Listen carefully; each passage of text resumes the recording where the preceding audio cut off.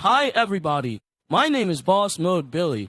I like to make gaming content as well as other videos. Please like and subscribe to my channel if you love Roblox as much as I do. I'm going to do more gameplay videos and walkthrough tutorials in the future, so make sure you ring that bell for notifications. Welcome back to Too Many Weapons.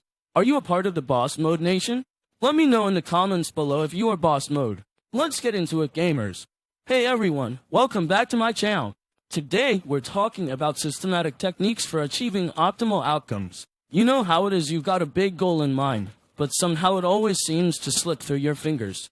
That's because most of us are winging it without a solid plan. But what if I told you there was a way to set yourself up for success from the get-go? Enter the world of SMART objectives. Now, I know some of you might be thinking, what even is that? Or how does this relate to my goals? Well, let me break it down for you. SMART stands for specific, measurable, achievable, relevant, and time-bound. It's a framework for creating clear, actionable objectives that you can actually stick to. By setting your goals using the SMART criteria, you'll be able to create a roadmap for success that's tailored to your unique needs and circumstances. For example, let's say you want to start exercising regularly. A vague goal like I want to get in shape just isn't going to cut it. Instead, try something like this. I will exercise for 30 minutes, 3 times a week, for the next 6 months. That's specific, we know exactly what you're aiming for. It's measurable, we can track your progress by counting how many workouts you've completed each week. It's achievable, exercising 3 times a week is definitely something you can manage. It's relevant, this goal aligns with your desire to get in shape and improve your overall health. And it's time-bound, we have a clear deadline for when you want to achieve this goal. By using the SMART criteria, you'll be able to create goals that are tailored to your unique needs and circumstances. This will help you stay focused, motivated, and on track towards achieving your objectives. In my next video, I'll be sharing some strategies for creating a clear plan of action once you set your SMART objectives, so be sure to stick around. Now that we have our SMART objectives in place, it's time to get down to business. We need to conduct a thorough analysis of our current situation, and I'm not just talking about throwing some numbers around or reading a few articles on the topic. No way, I'm talking about getting real, granular data that will give us a clear picture of where we are today. This involves taking a hard look at your strengths and weaknesses, as well as gathering relevant data from various sources. Think about it like this: if you're trying to launch a new product, for example, you need to know who your target audience is, what they want, and how much they're willing to pay for it. You can't just wing it, you need concrete evidence to back up your decisions. Let's say you own a small business and you're looking to expand into a new market. First things first, you need to assess the current situation. Who are your competitors? What kind of infrastructure do they have in place? And what kind of customer base do they serve? This will help you identify areas where you can improve or differentiate yourself. At the same time, it's essential to get a clear picture of your own strengths and weaknesses. What unique skills or assets do you bring to the table? Where are you falling short? This self-awareness is crucial for making informed decisions and creating a plan that leverages your strengths while addressing your weaknesses. Now, I know some of you might be thinking, okay, this all sounds great in theory, but how do I actually get my hands on relevant data? There are countless resources available online, from industry reports to social media analytics tools. You can also gather feedback from customers, employees, or partners. The more perspectives you collect, the richer your analysis will be. The key is to stay focused and keep asking yourself questions like, what's working? What's not? Where do I need to improve? By conducting a thorough analysis of your current situation, you'll be able to create a solid foundation for making informed decisions that drive real results. In my next video, we'll dive into the world of risk management, how to identify and mitigate potential obstacles on your path to success. Now that we've conducted our thorough analysis, it's time to start building a comprehensive plan. This is where the magic happens. We take those SMART objectives and break them down into actionable steps that will get us from point A to point B. Think of it like this: if you're trying to write a book, for example, your overall goal might be to finish the manuscript within 6 months. But that's way too vague. You need to break it down into smaller tasks like outlining the story, drafting each chapter, and editing the final product. And then, you need to assign deadlines to those tasks. When will you start and complete each one? This is where most people get stuck. They might have a general idea of what they want to achieve, but they don't know exactly how to get there. That's why it's essential to create an action plan with clear deadlines. This will help you stay focused, motivated, and on track. Let's say your goal is to increase website traffic by 20% within the next quarter. Here's how you might break that down into smaller tasks. Month 1. Conduct keyword research and identify relevant topics for blog posts deadline. End of week 3. Month 2. Create and publish 4 high-quality blog posts on those topics deadline. End of month 2. Month 3. Launch a social media campaign to promote the new content deadline. Start of month 3. Month 4. Analyze traffic data and adjust marketing strategy as needed deadline. End of month 4. By breaking down large goals into smaller, manageable tasks, you'll be able to make steady progress towards your objectives. And by assigning deadlines to each task, you'll ensure that you're staying on track and making the most of your time. Now, I know some of you might be thinking, but what about unexpected setbacks or roadblocks? Don't worry, we'll cover risk management in my next video. For now, just remember, a comprehensive plan is like a map for navigating uncharted territory. It will help you stay focused, motivated, and on track towards achieving your goals. In fact, I want to give you a challenge. Take one of your SMART objectives and break it down into smaller tasks with deadlines. Share your progress in the comments below, and let's hold each other accountable. Now that we've got our comprehensive plan in place, it's time to talk about creating a supportive environment. You see, achieving your goals isn't just about what you do, it's also about where you do it. And let me tell you, if you're not careful, the right environment can make all the difference between success and stagnation. First things first, eliminate distractions. What are some of the biggest time wasters in your life?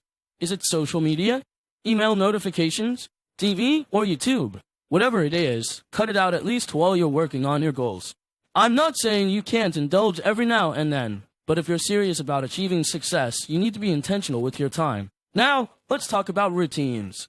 A routine is like a blueprint for how you'll spend your day or week or month.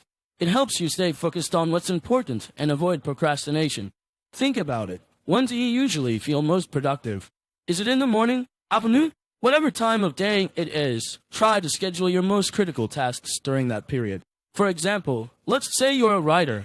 You know that you're most focused between 9 a.m. and noon, so you make sure to get all your writing done during those hours. And then, after lunch, you take a break and do something else, maybe go for a walk or hang out with friends. By creating a routine, you can maximize your productivity and minimize distractions. But it's not just about what you do on the inside. It's also about who you surround yourself with. Think about it. If you're hanging around people who are negative, lazy, or unambitious, how likely are you to achieve your goals? Not very. You need to be intentional about surrounding yourself with positive influences, people who believe in you and push you to be your best. This is where accountability partners come in. Find someone who's also working toward their goals and commit to checking in with each other regularly.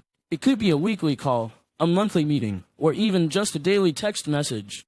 Having someone to report to can make all the difference between achieving success and slacking off. Now, I want to leave you with a challenge. Take a good hard look at your environment, both physical and social. What changes do you need to make to support your goals? Is there something specific that's holding you back? Share it in the comments below, and let's work through it together. Now that we've got our comprehensive plan in place and a supportive environment to back us up, it's time to talk about building self-discipline and resilience. These are two critical components of achieving success, and I'm going to share with you some strategies for developing them. First things first, consistency is key. When it comes to achieving your goals, there will be times when you'll feel like quitting when the road gets tough, when progress seems slow, or when doubts creep in. But here's the thing. Consistency is what separates the people who achieve their goals from those who don't. It's not about being perfect. It's about showing up every day and putting in the work. Think about it like this. If you're trying to develop a new habit, like exercising every morning, it's not going to happen overnight.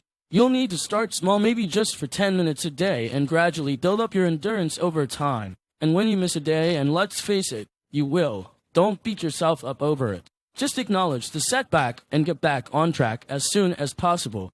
Resilience is another critical component of achieving success. When obstacles arise, which they inevitably will, you need to be able to bounce back to adapt, adjust, and keep moving forward. This requires a growth mindset, believing that your abilities can be developed through dedication and hard work rather than being fixed traits.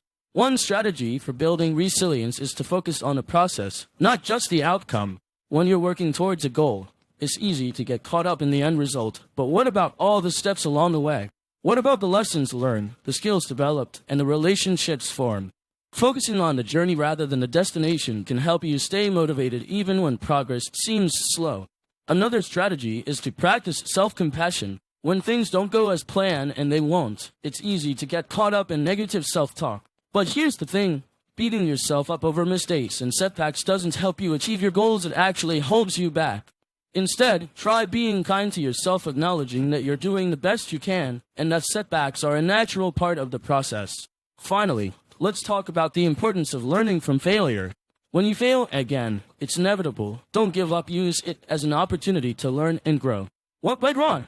What could you do differently next time? What strengths did you demonstrate in the face of adversity? By building self-discipline and resilience, you'll be better equipped to handle the ups and downs that inevitably come with working toward your goals.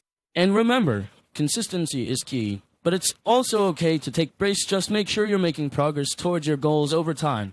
Now, I want to leave you with a challenge. What obstacles are holding you back from achieving your goals? Is there something specific that's been tripping you up lately? Share it in the comments below, and let's work through it together. Now that we've got our comprehensive plan in place, a supportive environment to back us up, self-discipline and resilience to keep us going, it's time to talk about monitoring progress and adjusting course. This is one of the most critical components of achieving success, and I'm going to share with you some strategies for doing it effectively. First things first, regular tracking is essential. You need to be able to see how far you've come and where you're still struggling. This will help you identify areas that need improvement and make adjustments accordingly. Think about it like this. If you're trying to lose weight, just going to the gym a few times a week isn't enough. You also need to track your progress by taking measurements, weighing yourself, and monitoring your food intake. The same principle applies to our goals. We need to be tracking progress regularly, whether that's through regular check-ins with our accountability partner, journaling, or using a project management tool like Trello or Asana. By doing so, we'll be able to see what's working and what isn't, and make adjustments accordingly. One strategy for monitoring progress is to set milestones. These are specific targets that you can work towards in the short term, which will help you stay focused on your long-term goals. For example, if you're trying to write a book, a milestone might be completing 10 chapters by the end of the month. By achieving these small goals, you'll be able to see progress and stay motivated. Another strategy is to conduct regular retrospectives. This involves taking a step back from your work, looking at what's been done so far, and identifying areas for improvement. It's like conducting an autopsy on a project, dissecting what went well and what didn't, and making adjustments accordingly. When it comes to adjusting course, it's essential to be open-minded and adaptable. Your original plan may not have worked out as expected, and that's okay. The key is to identify the root cause of any problems and make adjustments accordingly. This might involve pivoting your strategy, trying a new approach, or seeking guidance from experts. Finally, let's talk about the importance of celebrating small wins. When you're working towards a big goal, it's easy to get caught up in the bigger picture, but don't forget to celebrate the smaller victories along the way. This will help you stay motivated and encouraged, even when progress seems slow.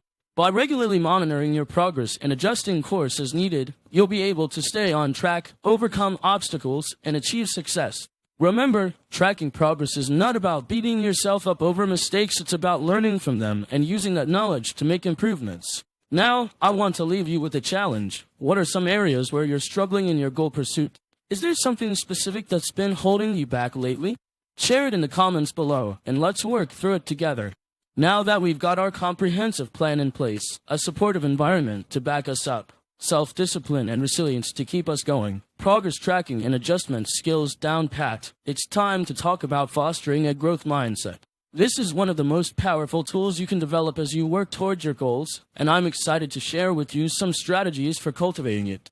First things first, embracing challenges is essential to developing a growth mindset. When we shy away from difficult tests or situations, we miss out on opportunities for growth and learning. Think about it like this. When you're trying to learn a new language, you don't start by reading the dictionary, you start by immersing yourself in the culture and practicing with native speakers. Similarly, when you're working towards your goals, don't be afraid to take on challenges that push you outside of your comfort zone. One way to cultivate a growth mindset is to view failures as opportunities for growth, rather than as setbacks or failures. When we fail, it's easy to get caught up in negative self-talk and beat ourselves up over what went wrong. But instead, try to see failure as a chance to learn and improve. What did you do wrong? What can you do differently next time? Another key component of a growth mindset is seeking feedback from others. This might seem counterintuitive after all. Who likes criticism or feedback? But the truth is that constructive feedback is one of the most powerful tools we have for learning and growing. When someone points out an area where we can improve, we get to choose whether or not to take their feedback on board. And by seeking feedback from others, we open ourselves up to new perspectives and insights that can help us achieve our goals more effectively. One strategy for seeking feedback is to surround yourself with people who are smarter than you. This might seem intimidating at first after all. Why would you want to be around people who know more than you? But the truth is that when we are surrounded by people who are knowledgeable and experienced, we learn from them and grow as a result. Another strategy is to ask for feedback regularly. This might mean asking your accountability partner or mentor for regular check-ins, or seeking out peer review groups where you can get feedback on your work. By making feedback seeking a regular part of your routine, you'll be able to stay on track and make adjustments as needed. Finally, let's talk about the importance of self-reflection. When we're working towards our goals, it's easy to get caught up in the day-to-day tasks and forget to take a step back and evaluate our progress. But regular self-reflection is essential for developing a growth mindset that allows us to identify areas where we need improvement and make adjustments accordingly. By cultivating a growth mindset, you'll be able to approach challenges with confidence and optimism, view failures as opportunities for growth, and seek feedback from others to help you achieve your goals more effectively. Remember, growth is a lifelong process, and it's okay to take things one step at a time. Now, I want to leave you with a challenge. What are some areas where you're struggling to develop a growth mindset? Is there something specific that's been holding you back lately? Share it in the comments below, and let's work through it together. Now that we've covered so much ground, from setting clear goals to tracking progress and cultivating a growth mindset, let's talk about one of the most powerful tools for maintaining momentum: accountability. Sharing your goals with a trusted friend or mentor can be a game changer when it comes to staying motivated and committed. When you share your goals with someone else, you're creating an opportunity for them to hold you accountable and offer support along the way. This can take many forms. Maybe they'll check in with you regularly to see how you're doing, or provide encouragement when you're feeling discouraged. Either way, having someone in your corner who believes in you and is rooting for your success can make all the difference. One of the biggest benefits of sharing your goals with a trusted friend or mentor is that it increases your sense of commitment. When you've told someone else about your plans, you're more likely to follow through on them. After all, you don't want to let them down. This can be especially powerful when you're working toward a big goal that feels daunting. Another benefit of sharing your goals with others is that it allows you to get outside perspective and feedback. When someone else looks at your goals and says, "Oh, I think this might be a challenge," or "Have you considered trying X instead?" it can help you see things from a new angle and make adjustments accordingly. Now, I know what you're thinking, but what if my friend or mentor doesn't take my goals seriously? Well, what if they start to feel like they're babysitting me instead of supporting me? These are valid concerns, but the truth is that finding the right person to share your goals with can make all the difference. Look for someone who is supportive, encouraging, and non-judgmental, and who will hold you accountable without being too critical. So how do you find the special someone? It might be a close friend or family member, or it could be a mentor or coach who has expertise in your area of interest. Whoever it is, make sure there's someone who believes in you and your abilities, and who will support you every step of the way. Finally, let's talk about how to maintain momentum with your accountability partner. This might involve regular check-ins, whether that's a weekly phone call or an annual review. It could also mean setting specific goals for each other, like I'll read 3 chapters in this book by the end of the week, or I'll commit to 30 minutes of exercise every morning. By sharing your goals with a trusted friend or mentor and creating an accountability system, you'll be able to stay motivated and committed even when the going gets tough. Remember, having someone in your corner who believes in you can make all the difference. As we wrap up this series, I want to leave you with one final challenge. Who will you share your goals with today? Is there someone in your life that you trust and admire, and who would be a great accountability partner for you? Take that first step and reach out and watch how your momentum increases as a result. Thanks for watching.